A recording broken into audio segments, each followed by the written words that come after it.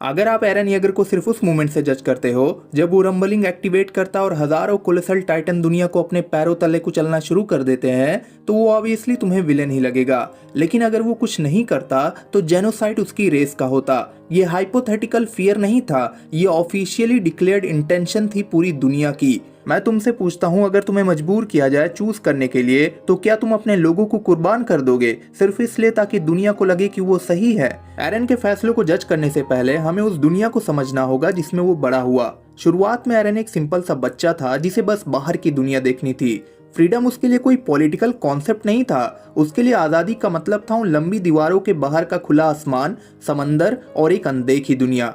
फिर एक दिन रियलिटी ने उस दीवार पर अपनी दस्तक दी। उस दिन एरन को अपना पहला लेसन मिला कि वो इन दीवारों के अंदर भी सेफ नहीं है। उसने अपनी माँ को टाइटन के मुंह में मरते हुए देखा और उस एक मोमेंट ने उसकी सोच को हमेशा के लिए बदल दिया। उस दिन एरन ने सिर्फ अपनी माँ को नहीं खोया, उसने अपनी उस मासूम सोच को भी खो दिया। वहीं एरन ने डिसाइड किया था कि वो टाइटन्स को खत्म करेगा। लेकिन जैसे जैसे स्टोरी आगे बढ़ती है हमें समझ आता है कि टाइटन्स असली दुश्मन नहीं थे। असली दुश्मन था सिस्टम, वो हिस्ट्री जो झूठ पे बनी थी, और सबसे बड़ा दुश्मन था डर। बेसमेंट रिवील के बाद एरन को पता चलता है कि दुनिया उसे और उसके लोगों को डेविल रेस मानती है।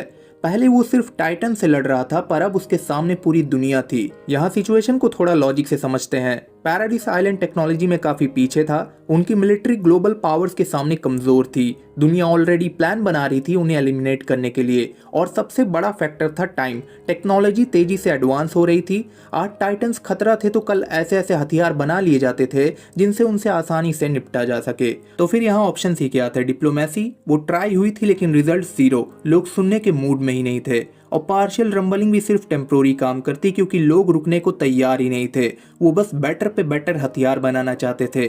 सच ये है कि सर्वाइवल के वक्त परफेक्ट चॉइस मिलती ही नहीं, सिर्फ वो चॉइस मिलती है जो सबसे कम नुकसान करे। एरन का फैसला मोरली सही नहीं था, माना। उसने कोई ऐसा चुनाव नहीं किया था जिसे सुन के दिल को सुकून मिले, लेकिन अगर उसे पूरे स्ट्रेटजी के एंगल से देखो तो वो इफेक्टिव था। एक ही मूव में उसने ग्लोबल मिलिट्री पावर को कोलैप्स कर दिया और पैराडाइस को मिल गया उसका सबसे वैल्यूएबल रिसोर्स टाइम। उसने दुनिया को रोक दिया और अपने लोगों के लिए वक्त खरीद लिया। अगर एरन मतलबी होता, अगर वो सिर्फ अपने बारे में सोचता, तो वो आसानी से राजा बन सकता था। एब्सोल्यूट पावर उसके पास थी, founding Titan, attack Titan, future memory, सब कुछ। लेकिन उसने खुद को डिक्टेटर डिक्लेयर नहीं किया, उसने पावर को थ्रोन में कन्वर्ट नहीं किया। वो हीरो बन के रूल कर सकता था, लेकिन उसने विलन बन के बोझ उठाया। ये बहुत बड़ी बात है। उसे फ्यूचर के बारे में पता था, उसे ये भी पता था कि उसके दोस्त उसे रोकने आएंगे, उसे ये भी पता था कि एंड में वो खुद मरेगा। फिर भी उसने प्लान एग्जीक्यूट किया। क्यों? क्योंकि उसका गोल सिर्फ डिस्ट्रक्शन नहीं था, उसका असली एम था पावर डायनेमिक्स को रीसेट करना। और यही चीज उसे उन टिपिकल विलन से अलग बनाती है।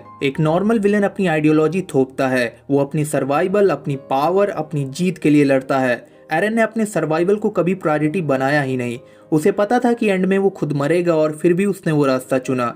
यहाँ एक और चीज समझ आती है कि एरन फ्रीडम के लिए ऑब्सेस्ड था, लेकिन आयरनी देखो, वो खुद फ्यूचर की मेमोरीज का कैदी बन गया था। जब तुम्हें अपना फ्यूचर पहले से ही पता हो और तुम उसे बदल ना सको, तो क्या तुम सच में फ्री हो या बस एक स्क्रिप्ट फॉलो कर रहे हो? एरन के एक्शन इंपल्सिव नहीं थे, वो गुस्से में किया हुआ फैसला नहीं था, वो एक ऐसे फ्यूचर का रिजल्ट था जो उसने पहले ही देख लिया था। एक ऐसा भविष्य जहां उसके लोग तभी बचते हैं जब वो खुद विलन बन जाता है।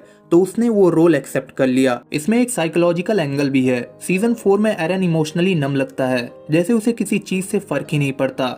लेकिन जब वो आर्मिन के सामने कॉन्फेस करता है कि वो नहीं चाहता कि मिकासा किसी और के साथ मूव ऑन करे, वो मोमेंट बहुत ही इंपॉर्टेंट था। वो हमें याद दिलाता है कि एरन इमोशनलेस गॉड नहीं है, वो सिर्फ 19 साल का लड़का है जो एक्सट्रीम प्रेशर में डिसीजन ले रहा है। अगर वो सच में विलन होता तो उसे गिल्ट फील ही नहीं होता। वो अपने एक्शंस को प्राउडली जस्टिफाई करता जैसे सब कुछ सही हो। लेकिन एरन ऐसा नहीं करता। वो बार बार एक्सेप्ट करता है कि वो जो कर रहा है वो गलत है, लेकिन वो रुक नहीं सकता।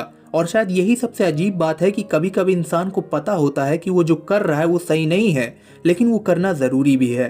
अटैक ऑन टाइटन में कोई सही मायने में हीरो या विलन नहीं है। मार्ले के सोल्जर्स भी अपने हिसाब से सही थे। हर साइड अपनी कहानी में खुद को हीरो समझता है, इसीलिए एरन को विलन डिक्लेयर कर देना आसान लगता है। पर सच ये है कि एरन प्रॉब्लम का ओरिजिन नहीं था, वो उस सिस्टम का रिजल्ट था। अगर एल्डियंस को अलग न किया जाता, अगर उन्हें सिर्फ डर का सिंबल न बनाया जाता, तो शायद रंबलिंग की नौबत ही न आती। एरन कहानी का अल्टीमेट विलन नहीं था, वो सालों की नफरत, डर और प्रोपेगेंडा का फाइनल रिजल्ट था। उसने साइकिल को पूरी तरह खत्म नहीं किया, लास्ट सीन में भी कॉन्फ्लिक्ट का हिंट मिलता है, लेकिन उसने एक चीज प्रूव कर दी कि नफरत की कीमत सबको चुकानी पड़ती है। एरन को जस्टिफाई करना और उसे समझना दोनों ही अलग चीजें हैं। उसे डिफेंड करना जरूरी नहीं है, लेकिन उसका कॉन्टेक्स्ट इग्नोर करना भी गलत है। वो हीरो नहीं था माना, पर वो उन कार्टूनिश विलन की तरह भी नहीं था जो सिर्फ डिस्ट्रक्शन चाहते हैं। वो एक इंसान था जो मजबूरी और लगातार दबाव में कठोर फैसले ले रहा था। और जब दुनिया तुम्हें बार बार डेविल बोलकर ट्रीट करे, तो एक दिन तुम खुद को वही बनते हुए पाते हो। मेरे लिए एरन एगर विलन नहीं था, वो आईना था। आईना इस दुनिया का, डर का, उसके सर्वाइवल इंस्टिंक्ट का।